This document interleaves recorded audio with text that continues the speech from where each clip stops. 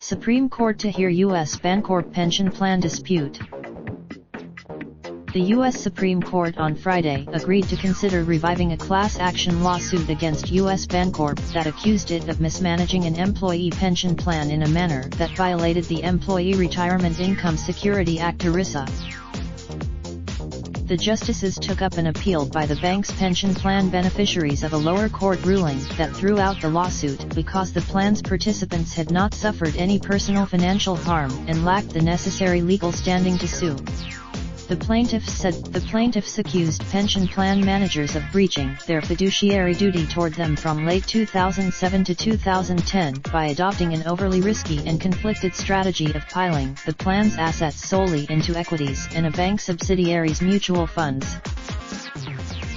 Plan participants, led by retired Missouri bank accountant James Thole, filed the proposed class action lawsuit in 2013 Indiana Federal Court in Minneapolis, where the company is based. ERISA, enacted in 1974, is a federal law that set up minimum standards for most voluntarily established retirement and health plans in private industry to protect beneficiaries. At issue is whether the lawsuit alleged that the 2008 stock market crash caused the plan's assets to plummet in value, causing it to be underfunded. District Hall, Minnesota. Backed by President Donald Trump's administration, the plaintiffs urged the justices to hear their appeal and revive the lawsuit. The Justice Department.